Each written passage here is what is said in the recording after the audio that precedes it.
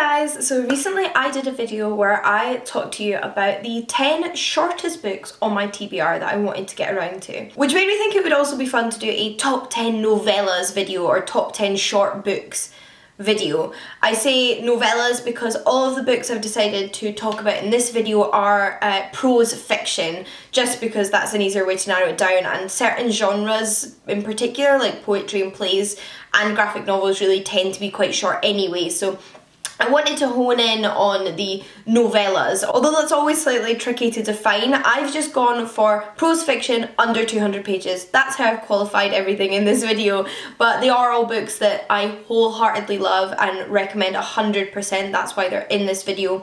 I did a video like this about my favourite big chunky books I've read in the past, so I felt this would be a nice parallel to that. And I do actually have quite a few other videos that just generally recommend short books, so there's 4 videos on my channel recommending books under 150 pages, and there's even a video on my channel recommending books under 50 pages. So if you want more short recommendations after this, I'll link those videos down below, but this is it. This is the top 10 fiction, prose novellas that I have read and why I love them. So in no particular order, the first book I'm going to talk about is Binti by Nnedi Okorafor. This one actually comes in at less than 100 pages, and it's the first in a trilogy of novellas set in the far-flung future in outer space. It falls into the science fiction and Afrofuturism genres and is by an author who I just generally adore. Nnedi Okorafor is an incredible writer. But this wasn't the first book I read by her, but it was the book that very much cemented my love of her prose. It follows Binti, a human girl that lives on planet Earth, which is strictly divided between 2 races, and her culture has a real focus on the family and the community, taking care of their culture and their community and sort of preserving that at home, which means that none of her family have ever left the planet, despite that being well within the remits of this world, until Binti, that is. So Binti gets into University, the first in her family, the first in her people to get into this university, which accepts students from all across the galaxy or universe of all different alien species. Her family don't want her to go, so it is a bit of a struggle making that decision, but she does decide that this is what she wants from her life and sets out on that journey. However, things don't quite go to plan even just on that journey to the university, and lots of quite dramatic, unexpected things take place, but I don't want to spoil any of that for you. It is an incredible science fiction universe, so much detail both about the different kinds of humans and their pasts on Earth, but also all of these other wonderful and intriguing alien races across the galaxy. This university, fascinating, just a fascinating, well-constructed backdrop that manages to be communicated to the reader in a very short space of time. The second 2 books are slightly longer, but they're still very much within the novella category, and each one is just better than the next. I loved following Binti's journey, and I felt so heavily invested in it. It also very much explores contemporary themes of one's sort of loyalty to family and tradition and that aspect of your culture, and also making decisions about the future and how to kind of fuse those 2 together and find what works for you best. And it is so beautiful. Love this character and this world. We then have an ancient Greek novel, and this is one that I'm sure you won't be surprised to see here, because any opportunity I get to do a favourites video, it seems to make its way in here, because it's short, it's ancient, it's a classic, it's just generally one of my favourite books, and that is of course Daphna and Chloe by Longest. Again, this one is less than 100 pages, so lots of really quick reads here if you're looking for some. And this one is, like I mentioned, a piece of ancient literature. It's an ancient Greek novel, so it's one of very few surviving fictional works that were written in prose during antiquity, and it is basically the love story of 2 young people who grow up on a Greek island in farming families. We have Daphna, who's a goat herd, and Chloe, who's a shepherdess. They've known each other for many years, they've grown up together, but they've reached this point in their life, a coming of age, where they start to feel sexual attraction to one another, and they don't know what to do with these feelings. So there's this comical element to the book about these 2 young people who just don't understand the feelings they're experiencing, their sexual desires. Nobody's explained this to them. There's been no sex ed basically, and they don't really know how to like deal with these feelings, even though they have them for one another and like are very much on board with sort of consummating that love. They just don't know how. And it is a bit of a hilarious little journey. Mad things happen. It's all set on this little island, but anything that could possibly happen happened.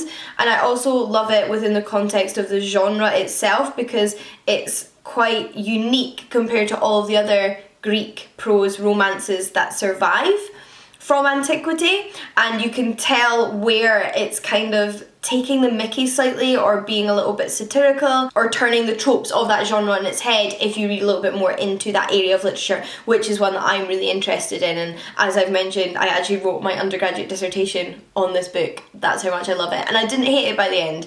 Overanalyzing this book just made me love it more, because it is both like whimsical, fun, but also very clever, and I think it's just a really good example of how readable ancient literature can be. So if you're really intimidated by ancient literature, if you've been made to feel that it's all super highbrow and inaccessible, then this book may change your mind about that. Then we have a book which is a slight outlier amongst the rest of these, because it is a novella, it is in prose, but it's in a very experimental, lyrical form of prose. It's quite different in the way it's written, and that is Grief is a Thing with Feathers by Max Porter.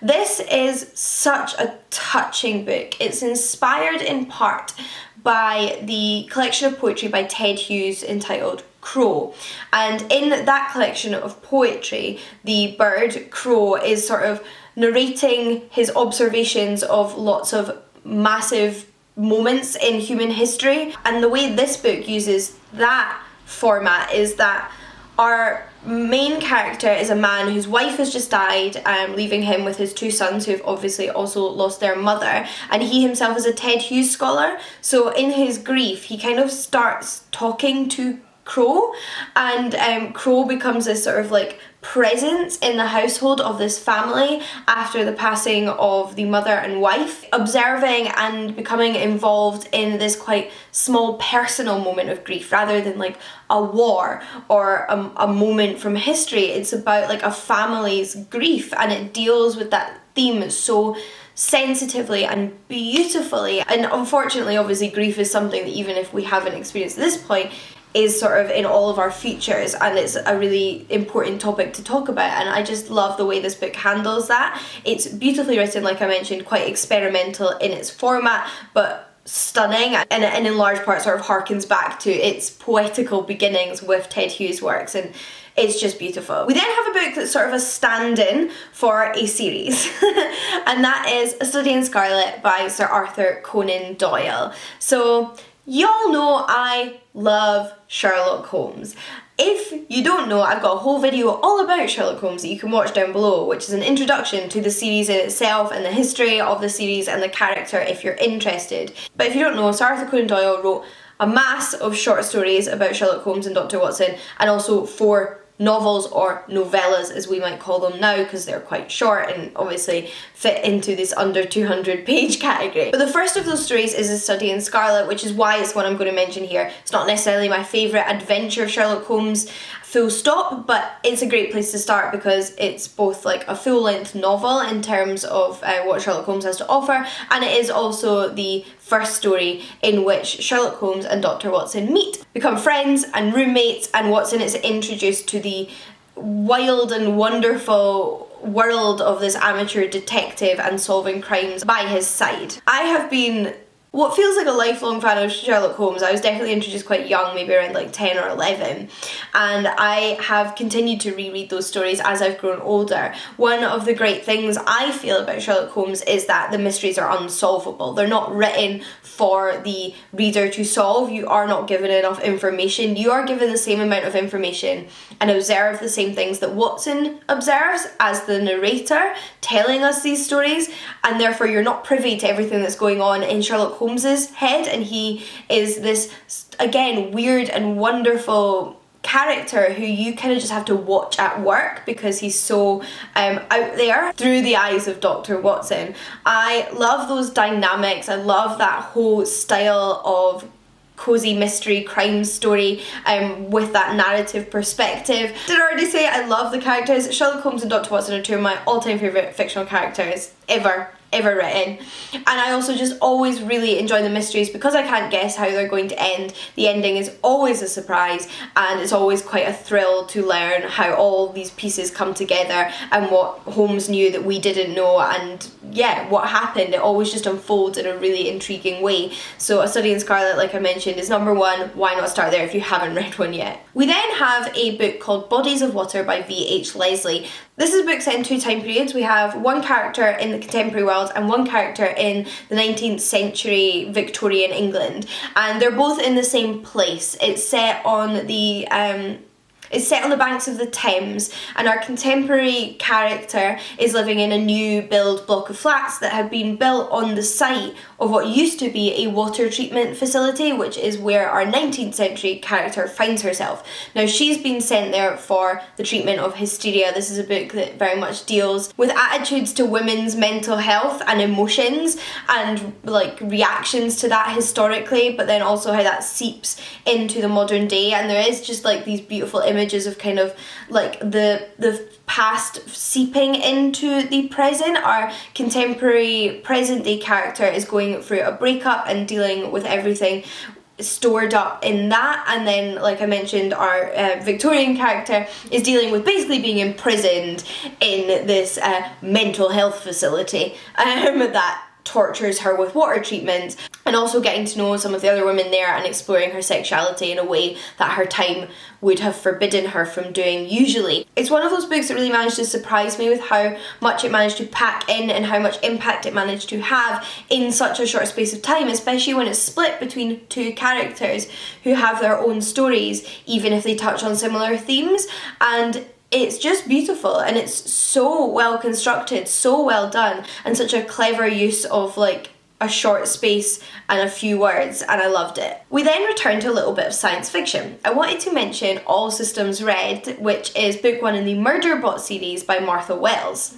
This is actually published by the same people who published Binti, which is Tor, and they do an excellent series of novellas that are either fantasy or science fiction that in general I would just recommend you checking out. I love a lot of books that they published under their novella series, but All Systems Red in particular made it onto this list. And the series as a whole is all short books and they're all brilliant. Again, we just recommend the series in general. We follow an absolutely brilliant and fascinating lead character in this series. They are essentially a cyborg because they have human flesh components and mechanical robotic components combined, but they're entirely constructed. It's in a far-flung futuristic outer space world where there are loads of these cyborgs in existence that are hired out as security consultants. Now, they don't have free will. They are hired out by a company who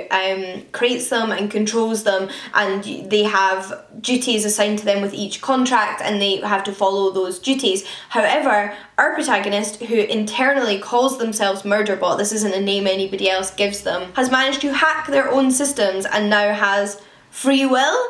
And it's incredible because with their free will, all they want to do is sit in their room and watch soap operas. They have no interest in interacting with other aliens or humans or cyborgs. They don't want friendships or relationships. They don't fully understand social cues and find it just hard to relate, but they want their freedom. They want to make their own choices. But of course they have to keep the fact that they've hacked their own systems a secret, otherwise they would, I guess, be recycled for parts.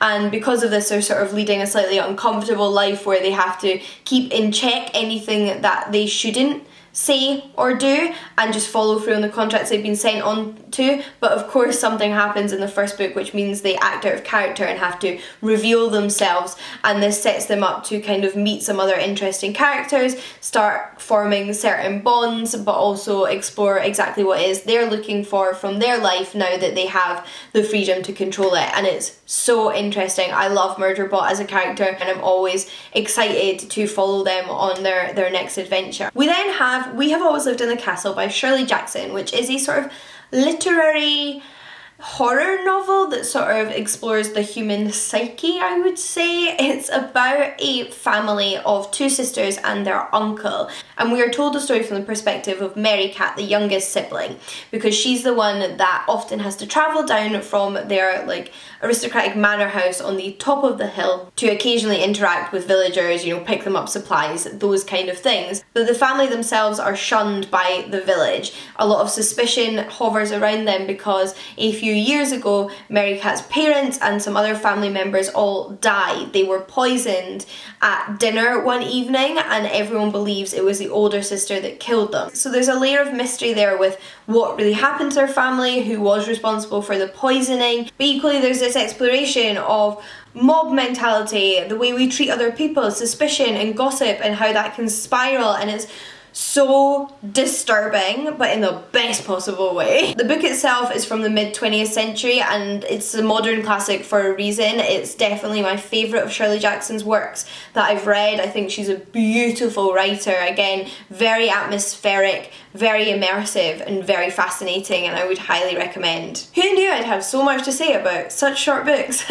But next up we have Convenience Store Woman by Sayaka Murata. This book had quite the buzz when it came out in English. It was originally written in Japanese, and it's the first of the author's books that was published in English, although she has another book of hers being translated and released this year called Earthlings. Now, I think this buzz is so well founded. I was so impressed by this book. I was like taken aback by how impressed I was by this book. I went into it curious about the hype, curious about the concept, but I did not expect to find it so compelling. It's about a woman in her 30s working in a Japanese convenience store, much to the dismay of her family. She went to college as they expected, got a part-time job in this convenience store, and has never left. She's never started a relationship, got married, had children, went on to a sort of more permanent, long-term career of like full-time work, and nobody can understand why. However, again, we just have a character who doesn't experience the world and emotions in the way that those around her do and how they expect her to, and she is entirely content in this role. She enjoys the predictability, the routine,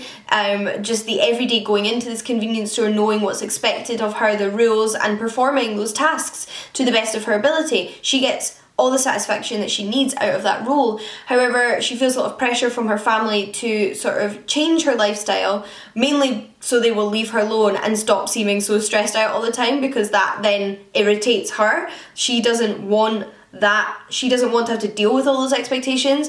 She just wants to fit in and for people to stop acting like she's strange. However, she doesn't experience the same emotions or emotions in the same way as the other people she knows, so she's trying to navigate how to seem normal to them so that they will just leave her alone and allow her to live her life. And naturally, as I think you would guess from that concept, the book explores societal pressures, our expectations of other humans, sort of how we treat those that maybe don't want the same things that we want, and it's such a wonderful book. It's not full of big moments of action or drama, but it is unputdownable and such an interesting study of humanity, and I loved it. We then have what is the only fantasy book on this list, perhaps because fantasy as a genre does tend to be a little bit chunkier, but this book, for being short, is no less amazing, magical, and wonderful, and it is of course The Queen of Hilaria by Effie Calvin. This is the first in another series which is currently at 4 books and are all quite short if you just want a short series, but again, another book that really amazed me by how much it was able to like squirrel away into my mind, body, soul and heart in so few pages. It follows 2 princesses. Our first princess has travelled across the kingdoms to be married to the prince from another land. However, the prince in this time has died. How will their kingdoms be united then? Well, of course, there's another sibling, the next heir to the throne, who is a princess, and this is completely fine. This is a world where there is zero homophobia or transphobia. Anyone who comes under the entire spectrum of the LGBTQ plus umbrella is loved and accepted. That is all just a part of this world, and it's so beautiful to read. So we follow the sort of courtship of these 2 princesses who are very newly betrothed unexpectedly, but have been flung together through unexpected circumstances and now kind of need to find something in common if they're going to be able to serve their people as they need to.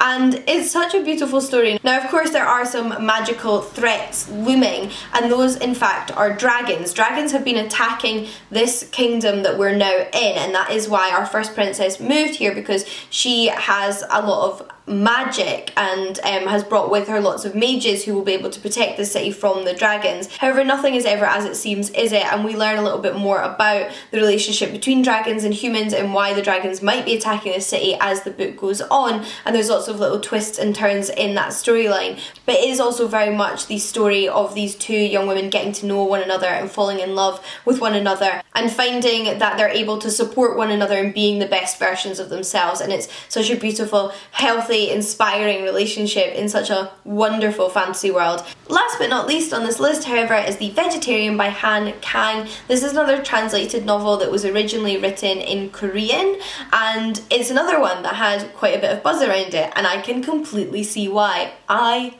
adore this book so much. It's actually in large part inspired by the myth of Daphne and Apollo, in which the Greek god Apollo attempts to rape Daphne, and to escape him she is turned into a tree. And the book itself, which is set in contemporary South Korea, very much explores themes of like objectification and women's bodily autonomy. We follow one woman who decides to become a vegetarian, which culturally her family heavily object to and can't understand why she's made this decision, and automatically start to try and control it, particularly the men in her life like her father and her husband. And then even those that aren't attacking her for her decision are exploiting her in other ways and sexually objectifying her, like her brother-in-law. And each of the three parts of the story is told by a different person, never the woman that is the focus of the story itself. Part 1 is told from the perspective of her husband, part 2 is told from the perspective of her brother-in-law, and part 3 is told from the perspective of her sister. And each part follows on from the next as the story progresses